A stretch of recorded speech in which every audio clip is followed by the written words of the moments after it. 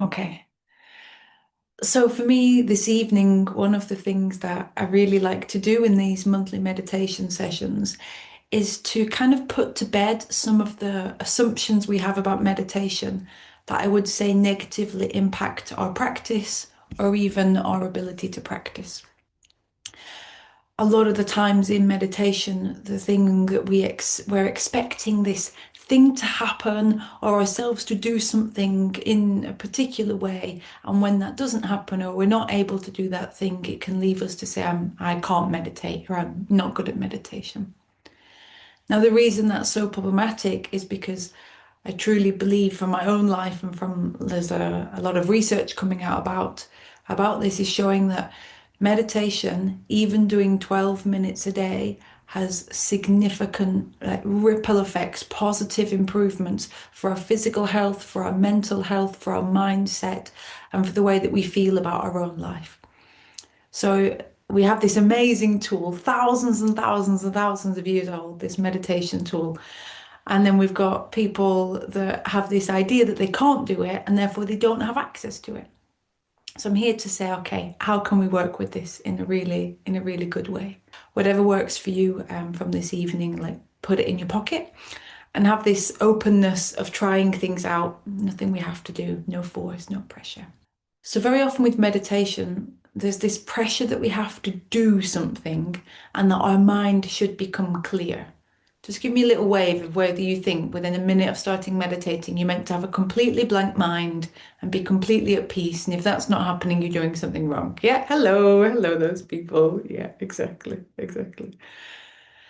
Now, the thing is meditation is actually a little bit more like noticing and learning about the mind because there's this kind of topsy-turvy interesting thing is that when the mind learns about the mind automatically starts to choose more healthy ways of being. That's why meditation has these positive ripple effects out into life. So the practice we're going to do really brings this in. And the way I would love you to think about this, I'll just welcome Libby to the room. Welcome, Libby. Very glad you're here, Libby. Take a moment to land in. The way I'd love you to think about this is that if you were in a garden, so you went to a very beautiful garden, it's springtime now, so you might have even been to a garden or a park recently. And if you went to that garden with a friend and you were walking around or sitting and you're chatting away, you probably have some awareness of the garden. You probably notice the beauty of it and the colours of it, but most of your attention is probably on the conversation. And then if that friend was to, say farewell and off they pop, and then you're sat there in the garden, it's very likely that then your chatting would not be with another person, but it would be in here. And then if we were to decide to look at the garden, to really notice the garden, if we were to choose to engage our senses, rather than that internal chatter, we might notice a few more details about maybe the different shades of the crocuses or the way the leaves are moving on the trees or where there's buds coming out. And that like first layer is just being able to notice what is.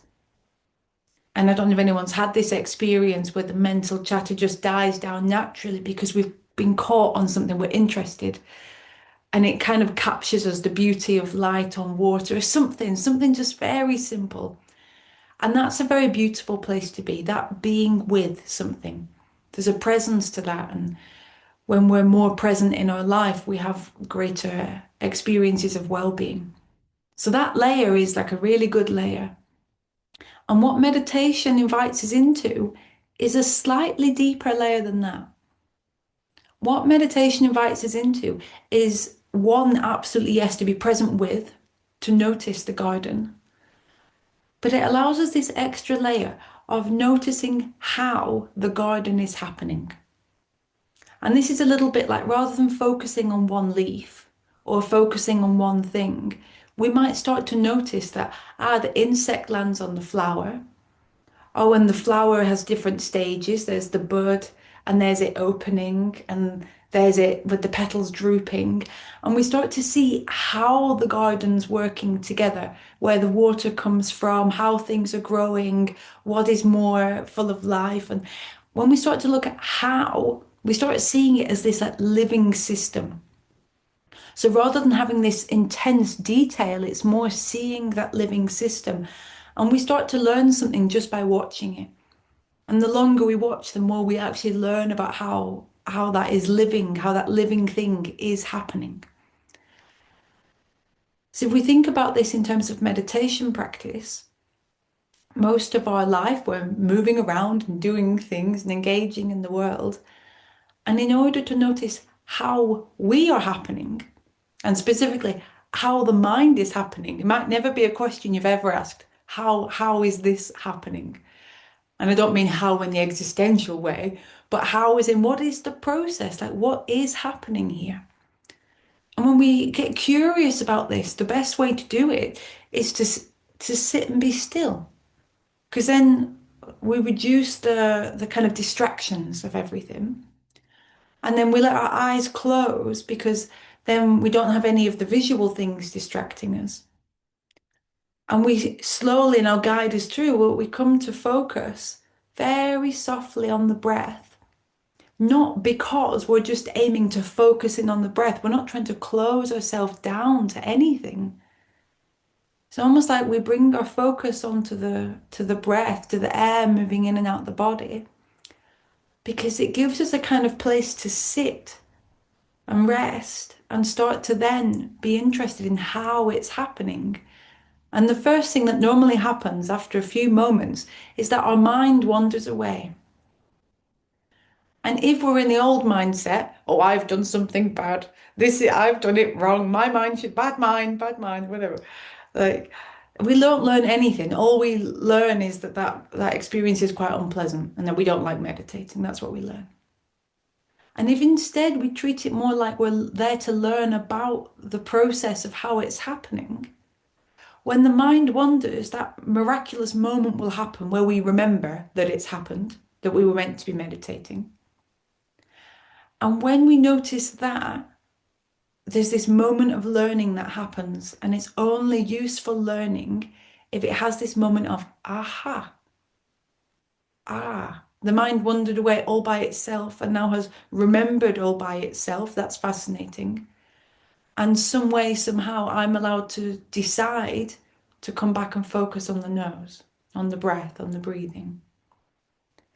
And then it's very likely it'll wander away again. And none of this is a problem. There's no issue there. Like, of course the butterfly flies past. Of course the insect comes and lands. Of course the leaf falls from the tree.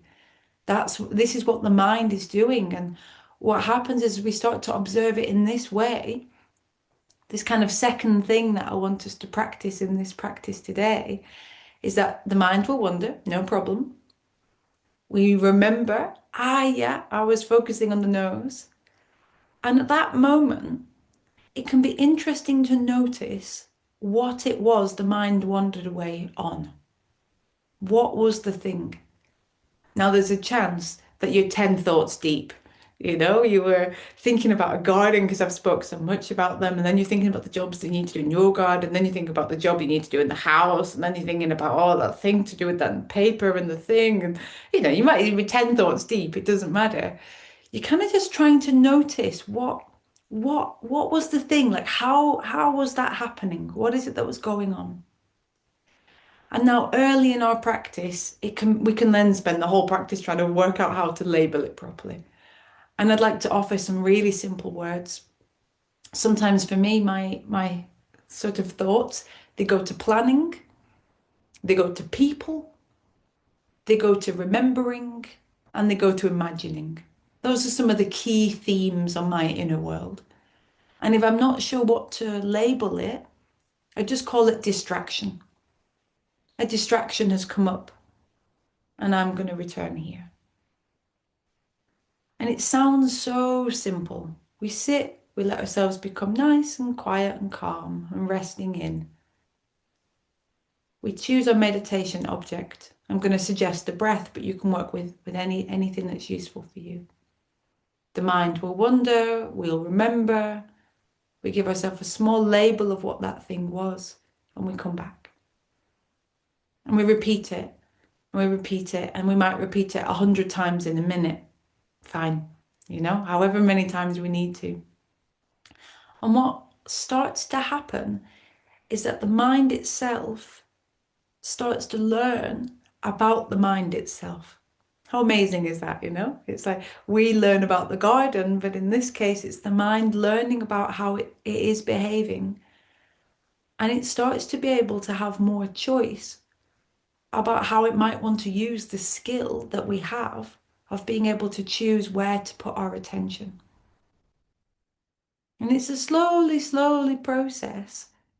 But the mind starts to learn, oh, I'm allowed to rest on one thing. I'm allowed to be present with this. This is actually a good and useful thing. And if you think about how that would ripple out into your life, if there's something that you're doing, whether it's spending time with a friend, how lovely would it be to really spend time with them and not have distractions and worries and thoughts and imaginings and daydreams? And how wonderful would it be to be able to be with them? Especially we think of those like precious moments. I always think of my friend's daughter. When I'm with her, I want to be with her. I want to be with her. So this is why this ripple effect off into our life is very beautiful. So that's like the big picture on it. And in this moment, this practice, I'm going to guide us in by first being with the space around us, then come into the body, then come into the breathing, and then come into rest on the nose. Just like the garden, all these things are happening anyway. It's just that we're deciding to notice them. So we're not forcing anything, we're not pushing anything, we don't need anything exciting to happen. We're simply being a bit more with what was already going on anyway. And then starting to use our mind in a skillful way for the purpose of presence. So that's our little plan for the first bit. I'll guide us in, and we'll probably be practicing for around 15 minutes, maybe a little bit over. And if during that time you need to adjust something or adapt the words I'm saying, or get up and stretch or take a drink, or really take good care of yourselves. There's no rules. There's no rules. Okay, so let's begin. So the first thing I'd love you to do is just become comfortable. Becoming comfortable can involve having a tall spine. So I have got a back support today. If you want to sit without a back support, you can. But you're really welcome to have your spine supported. You don't have to sit like a little Buddha in order to get the benefits of meditation. And what can be really supportive for the body is to feel symmetrical and balanced. So just notice, are your shoulders evenly relaxed? Are your hands resting in a nice way that supports your shoulders and your spine? Yeah. Or any adjustments in your hips and your knees and your legs? And kind of inviting sinking down into the seat, and resting, and very gently with the top of the head, just reaching the top of the head toward the ceiling. No strain, no push, no force, just lengthening through the back of the neck ever so slightly. It helps us to stay a little bit more alert and awake. One of the wonderful things about meditation is we learn we can be very relaxed and very alert.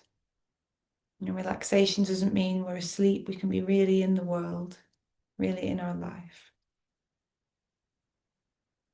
So if you like to practice with your eyes closed, you could let them close now, or just lower them down softly toward your lap if that feels most useful for you.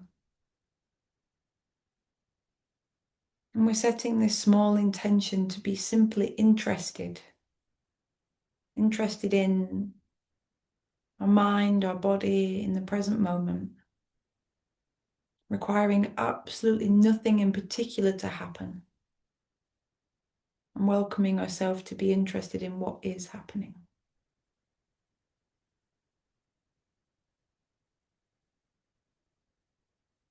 So you're sitting, resting, softening. I want to give yourself a moment just to have a sense of the space around you. So even though our eyes are closed, you might have a little sense of the room around you.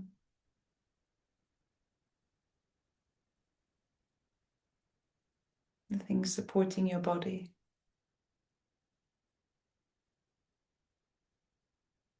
And just inviting, almost like your ears can open, a little bit like the daffodils at the moment, as if they can really just connect to the sounds around. Not looking for anything in particular, but being curious about what is happening right now. Whether it's the sound of my voice, maybe more subtle sounds further away. Or maybe right now the place you're in is quite quiet. Maybe like me, you can hear some cars through the window in the distance. Here and now in this present moment, just as it is.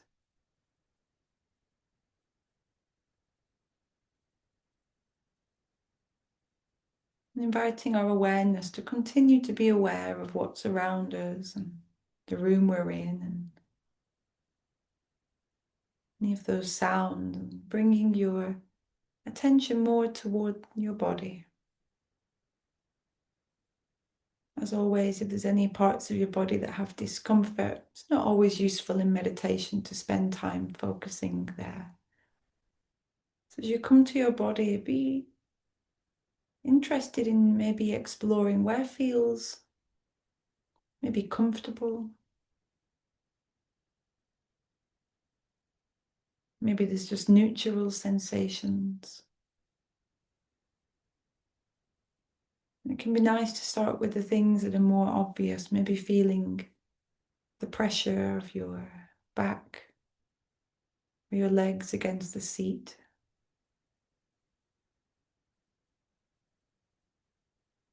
And we're really inviting ourselves to be interested in what's happening. A little bit like we're a researcher and we're curious.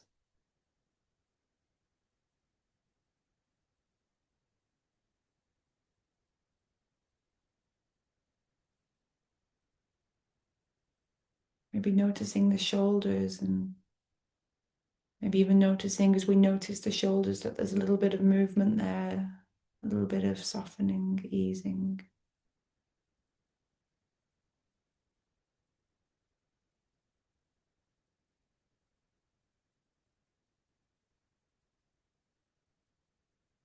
Maybe visiting the legs. It can be quite unusual sometimes to notice that without moving or looking, that we can sense the physical body. We know that it's there because we can feel it there. And rather than just knowing it's there, we can really become interested.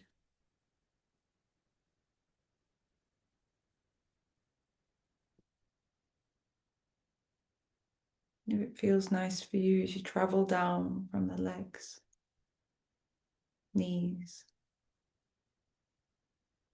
calves, ankles.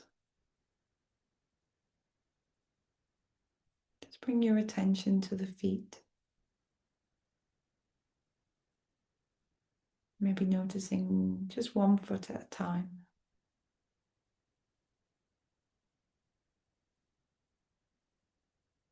Noticing how you know it's there.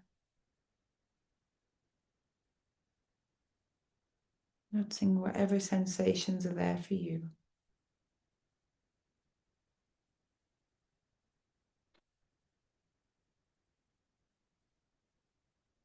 So we're where we are, with all the sounds around us and this physical living body. And there's the breath.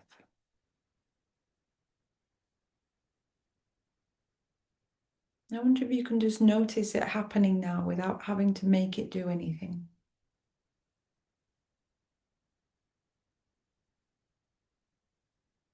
Just like when we came to the shoulders, sometimes by noticing it changes. That's no problem.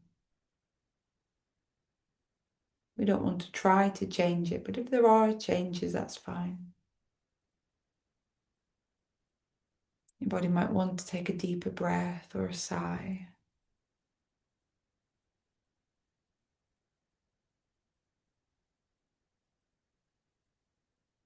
So becoming curious in the same way we might notice the finer details of a tree by noticing its bark and its branches. Becoming interested in the breath.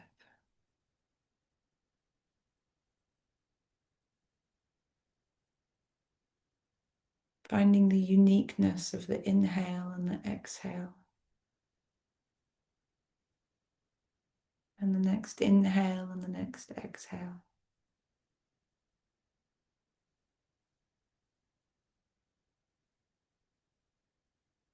Maybe feeling the belly move and the ribs. Maybe feeling it in the throat or in the nose.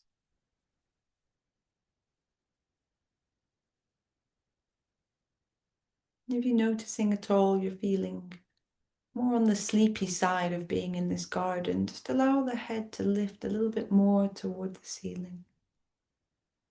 It's that little intention of holding an alert and aware curiosity.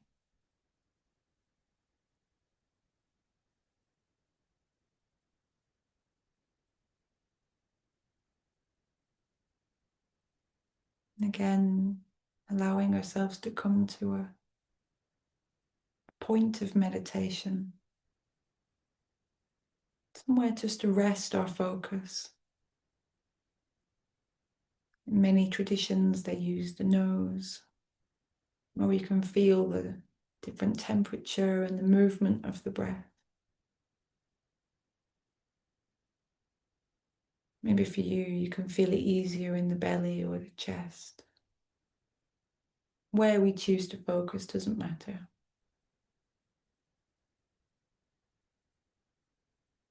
But allowing our attention to rest gently on the place that feels most useful for your practice, for this evening, for this practice.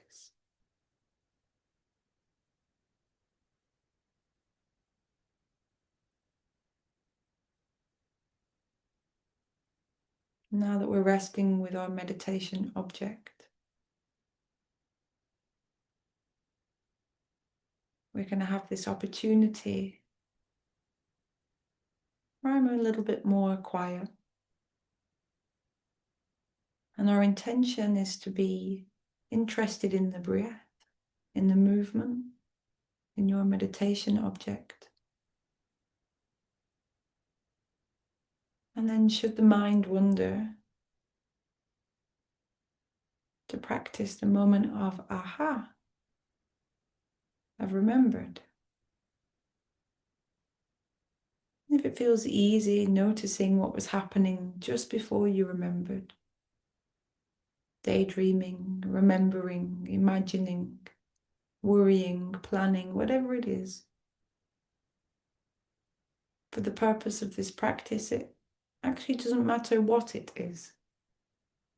There's no good thing or bad thing.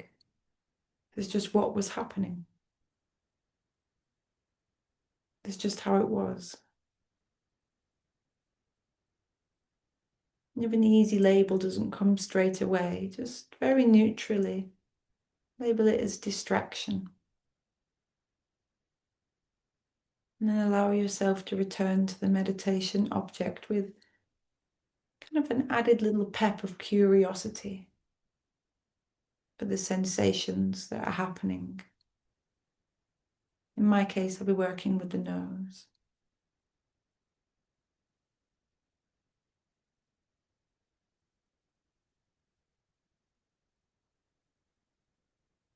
And it may be that you'll be returning and returning and returning, and that's the practice. It teaches us many things: to be gentle, to be patient,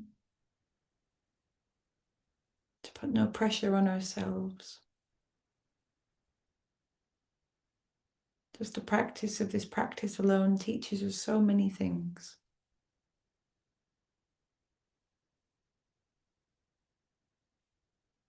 In the moment when I stop speaking, I really invite you to enjoy practicing this.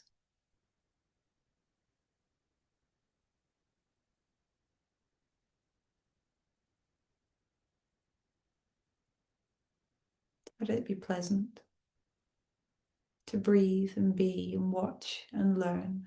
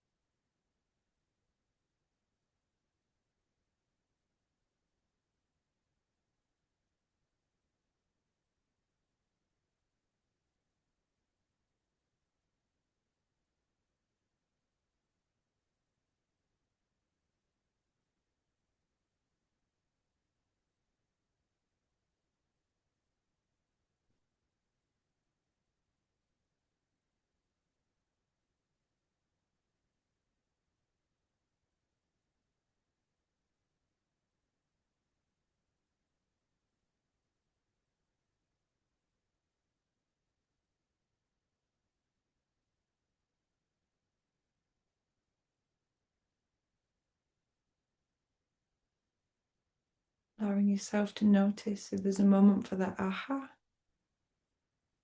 label and return.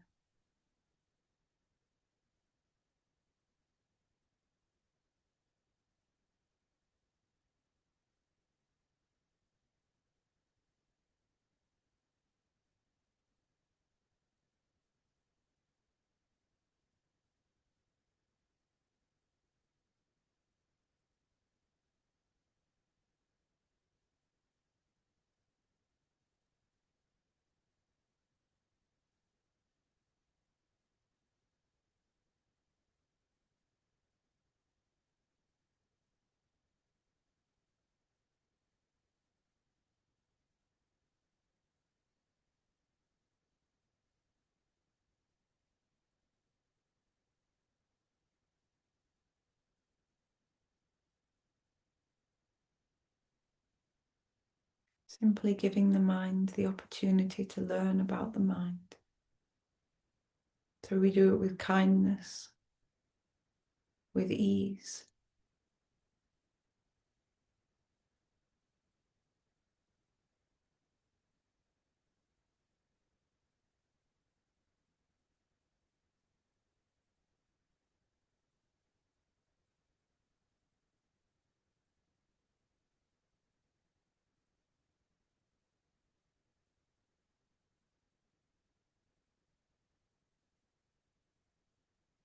Return to our meditation object with a curiosity. What does it feel like in this moment? What is there to notice there with the movement of the breath?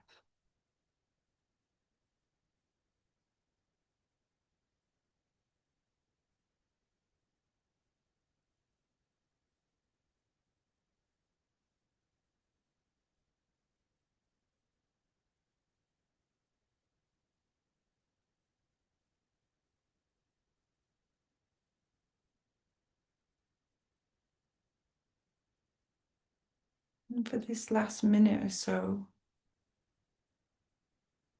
invite yourself to practice the part that feels most important for you this evening.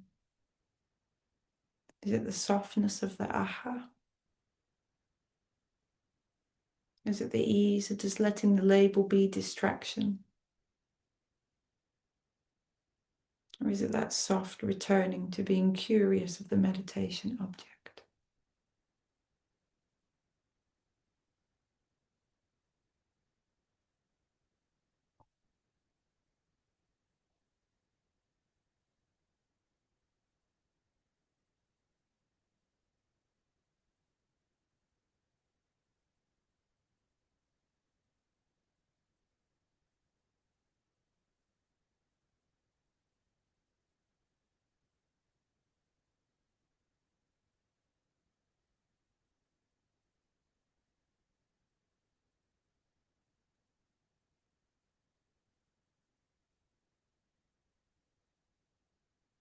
And then very softly let any effort go. Notice if any places had gathered a little tension and just let it drop from the shoulders, the jaw. Just let yourself be a person sitting, breathing, being.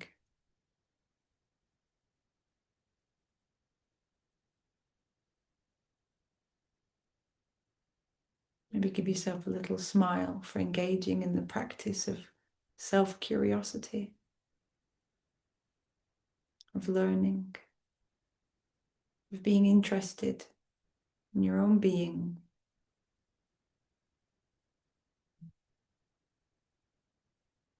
In a moment where you can gather with the opportunity to share or to ask a question. So in your own time, maybe allowing your shoulders to have a wiggle. Feel letting the eyes open. It's nice for them to be in the physical room before being in the Zoom room. It can be nice to let yourself notice how things maybe look different or seem a bit different. My room feels bigger. I don't know why. Yeah, yeah, a bit more spacious. Yeah, thank you for sharing this, Jackie. I think there's something about this that's a real insight, because if in our life we can accept things just as it is, whether that's ourself, something that happens, other people's responses, our responses, something about that softens everything. So this is one of the wonderful things of meditation practice, is that it can ripple out and inspire us in other ways. So yeah, thank you for sharing a lot.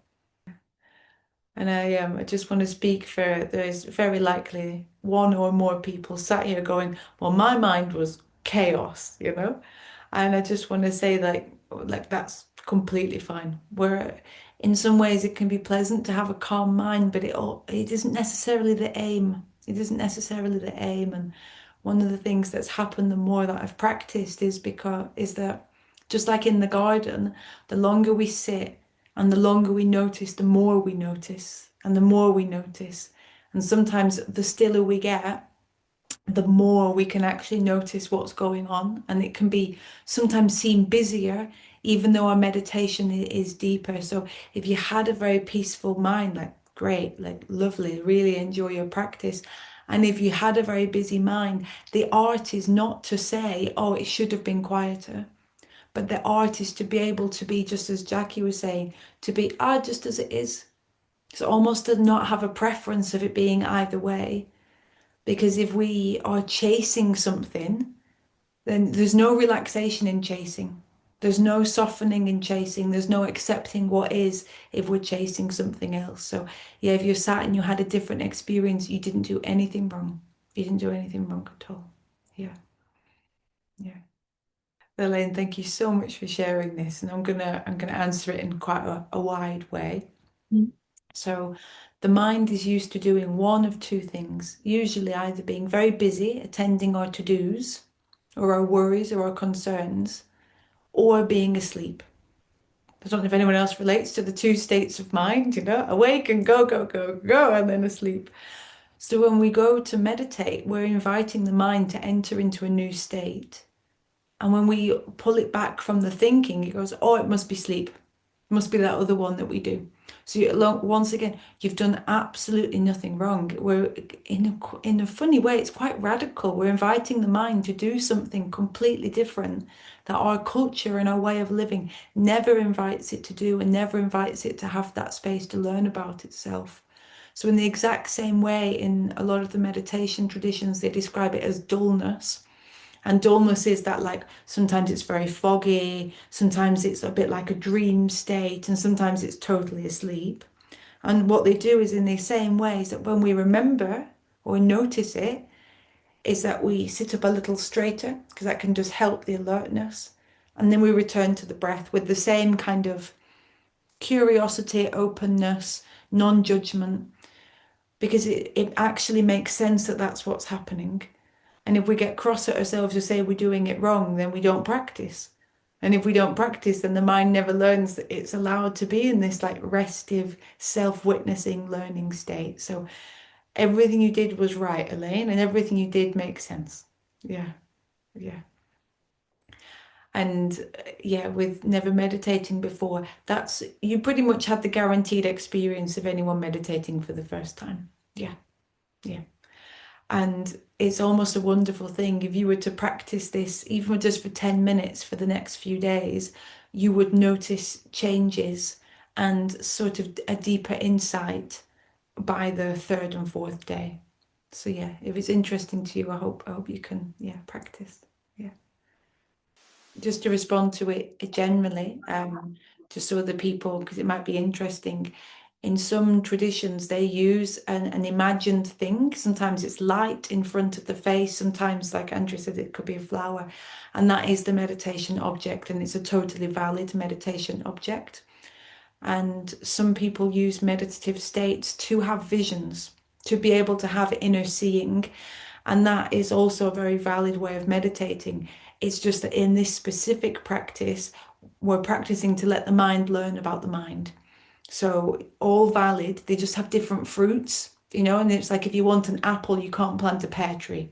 And if you want the pear, you've got to plant the pear tree. So in this, we're just choosing which fruit we want from the practice. So just really making sure all different practices have different values and different things that they bring. And there is something about choosing to be in the present that I think is an important part of this practice. So yeah, thank you, Andrew, for sharing how the alignment made the difference. Yeah. Thank you, Louise, so much for sharing this. And there's quite a lot of research showing that being able to be present in the body and aware of pain, and essentially, for want of better words, and this isn't quite the right language you use, Louise, but just as a way of expressing it, how it's done in the research, is that we stop being afraid of the pain. It's more like it's more like, okay, that those sensations are present, and then the way that the signals happen in the body and the way that the mind responds to them, they start to change a little bit, because very often pain is coming to get our attention. And when we say, yeah, you're there, and I'm here, and there's other things going on too, it can change things. So that is a practice. So if you didn't have that today, don't think you've done anything wrong. And there, Louise, thank you. Really, really glad you're able to have that kind of like wider presence with your whole self. Yeah. Thank you for sharing a lot. Yeah.